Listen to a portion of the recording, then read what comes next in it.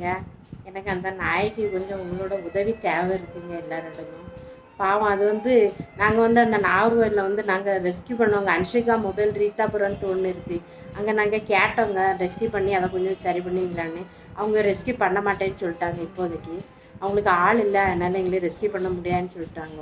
அதனால் நாங்கள் இவ்வளோ நாள் எனக்கே எங்கள் வீட்லேயே 20,000 ரூபாய்க்கு மேலே செலவழிக்குங்க ஒரு நாளைக்கு, ஒரு மாதத்துக்கு.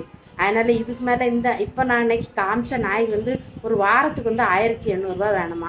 அவள் முதல்ல ஃபஸ்ட்டு ஒரு கவர்மெண்ட் ஜிஹெச்சில் கொண்டு போய் காமிச்சாங்க. காமிச்சையில் ஒரு வாரத்துக்கு ஒரு தட்டி கூட்டிகிட்டு வர சொல்லியிருந்தாங்க. அது ஒரு இன்ஜெக்ஷன் 60 ரூபான்னு சொன்னாங்க. போட்டுட்டு வந்தால் 2 இன்ஜெக்ஷன், ஆனால் அது க்யூர் ஆகலை, கொஞ்சம் கூட சரியாகலை.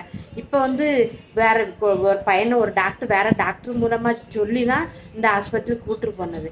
அவங்க ஒரு வாரத்துக்கு 1,800 ஆகும்னு சொன்னாங்க. 4 வாரம் போடணுமா. அப்போ போட்டால் தான் அது அதே தன்னைத்தானே அப்படியே விழுந்துருன்னு சொல்லியிருக்காங்க. அது வெட்டி எடுத்தால் திரும்ப அது ஃபுல்லாக க்யூர் ஆகாதுன்னு சொல்லிட்டாங்கங்க. அதனால தாங்க நான் உங்கள் உதவி கேட்குறேன். எல்லோரும் கொஞ்சம் மனசு வச்சு கொஞ்சம் உங்களால் முடியும்னு, உங்களால் அந்த உயிருக்கு ஒரு உயிர் பிச்சை கொடுக்க முடியும்.